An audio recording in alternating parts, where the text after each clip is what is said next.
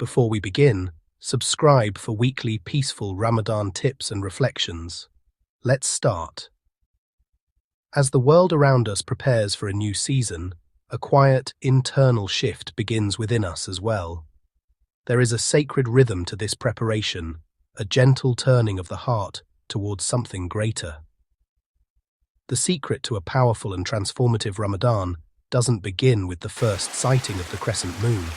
It doesn't start with a sudden burst of intense devotion. No, the secret to a truly profound Ramadan begins now, in these quiet moments of anticipation.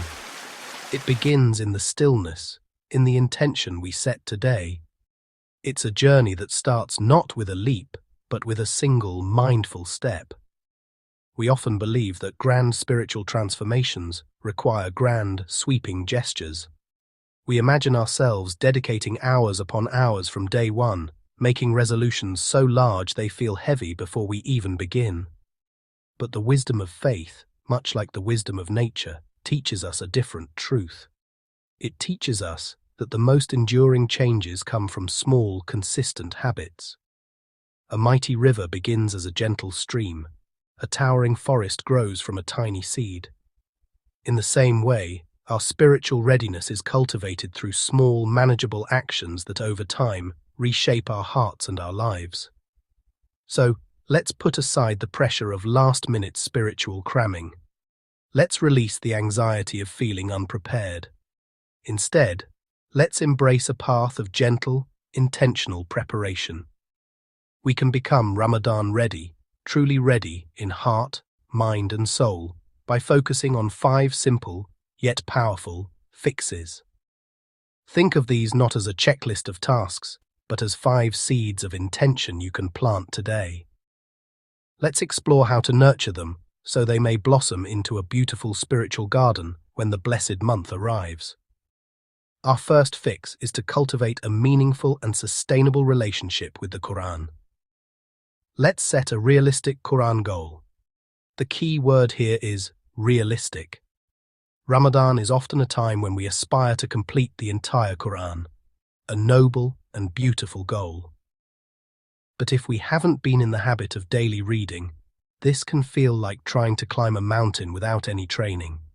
It can lead to exhaustion, frustration, and a feeling of failure if we fall behind. This year, let's approach it differently. Let's focus on connection, not just completion. Consider what a truly manageable goal looks like for you right now, in this season of your life. Perhaps it's not a certain number of pages, but a certain amount of time. Even 10 minutes of dedicated, focused time with the Quran each day can be profoundly transformative. 10 minutes to read a few verses, to ponder their meanings, to let the words wash over your heart. This small, consistent act of devotion is far more powerful than a chaotic, rushed sprint through chapters you barely have time to absorb. It builds a foundation, a daily habit of turning to Allah's words for guidance and peace. This practice, started now, will make your connection during Ramadan deeper, more personal, and infinitely more rewarding. It's about quality over quantity, connection over completion. Our second fix addresses the very foundation of our physical and spiritual energy. Let's fix our sleep schedule. Ramadan is a month of altered rhythms. Our days are for fasting and reflection, and our nights are for prayer and connection. The pre-dawn meal, suhoor, and the morning prayer, fajr, are cornerstones of the Ramadan experience. But if our bodies are not accustomed to waking at this early hour, the first week of Ramadan can be a shock to the system, leaving us feeling drained, irritable, and unable to fully embrace the blessings of the day. We can prepare our bodies with the same gentleness we apply to our souls. Starting now, begin to gradually shift your bedtime. Try going to bed just 15 minutes earlier each night. Then start setting your alarm for 15 minutes earlier. This slow, incremental adjustment allows your internal clock to recalibrate without the jarring shock of a sudden multi-hour change. By the time Ramadan begins, waking up for suhoor and fajr will feel less like a struggle and more like a natural, peaceful start to a blessed day. You will have the energy to not just survive your fast, but to thrive within it, engaging in worship and good deeds with a clear mind and a willing spirit. This simple act of physical preparation is a profound act of self-care that honors the spiritual demands of the month ahead. The third fix is to curate our inner world by decluttering our outer influences. It's time to clear your digital and mental space. In an age of constant information, our minds are like gardens. What we allow in will either grow as beautiful, fruit-bearing trees or as invasive weeds that choke out the light. Our social media feeds, the podcasts we listen to, the news we consume, they all plant seeds in our minds. Before Ramadan, a month that calls for heightened focus and spiritual awareness, it is essential to tend to this garden. Take a mindful inventory of your digital diet. Scroll through your social media feeds and ask a simple question for each account you follow. Does this bring me closer to peace and purpose, or does it create distraction, comparison, and noise? Be gentle but firm in your curation. Unfollow what distracts you from your spiritual goals. Mute what fills your mind with negativity or anxiety. This isn't about judgment, it's about creating a sanctuary for your heart. At the same time, actively seek out and follow sources of light. Follow accounts that share beautiful reminders from the Quran and Sunnah, that offer uplifting stories, that inspire you to be a better person.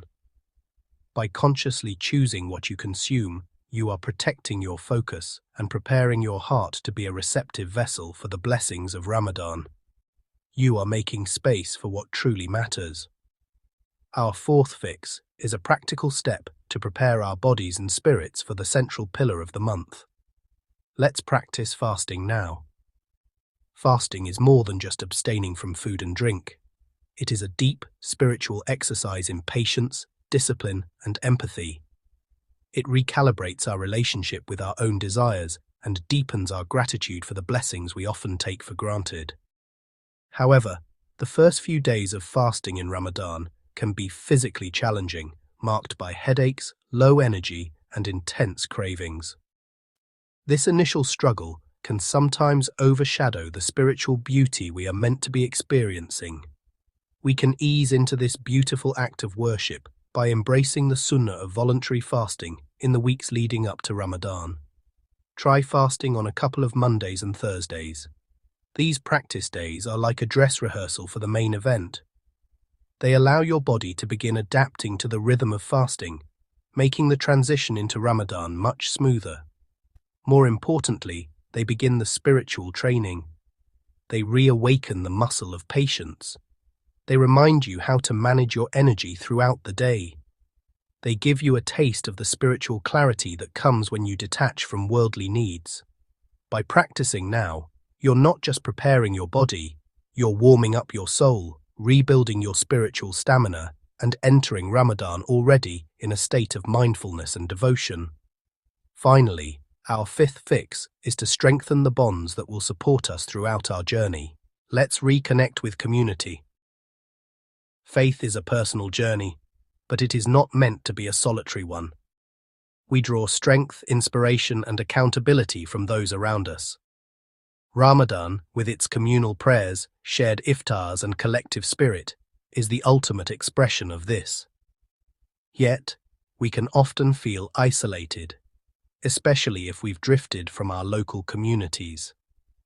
Now is the perfect time to gently and intentionally rebuild those bridges. This doesn't require a grand gesture. It can start with a simple, sincere action. Find the contact information for your local mosque and send a message asking about their Ramadan schedule or volunteer opportunities. Seek out a virtual or local study group, a halaqah, where you can learn and grow with others. Or perhaps most powerfully, reach out to a friend. Call someone you trust and share your intentions for the month ahead. Ask them to be your accountability partner. A simple, "How is your Quran reading going?" or "Let's encourage each other to pray on time" can make all the difference. This act of reaching out creates a support system. It makes your goals real and shared. It reminds you that you are part of a beautiful global family, all striving together. This connection is the soil in which your individual intentions will most firmly take root and flourish. These 5 fixes, a realistic Quran goal, a corrected sleep schedule, a clean mental space, practice fasting, and a reconnected community, are not just a to-do list. They are acts of intention. They are a way of telling Allah, I am preparing for your month. I am turning my heart towards you. If you can begin to gently weave these threads into the fabric of your life now, Ramadan will transform from a month of spiritual stress into a month of profound spiritual peace. It will be less about struggle and more about surrender, less about surviving and more about soaring. The journey begins today, not tomorrow, not next week. Choose one of these fixes, just one. Which habit will you begin to cultivate this week? Will you set aside 10 minutes for the Quran tonight? Will you go to bed 15 minutes earlier?